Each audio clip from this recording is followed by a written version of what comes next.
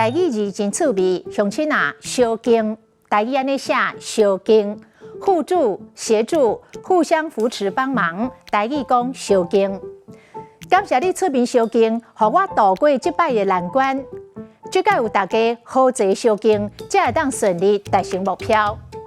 伊是我落難閣會當相敬的朋友，阮已經有20年的交情了。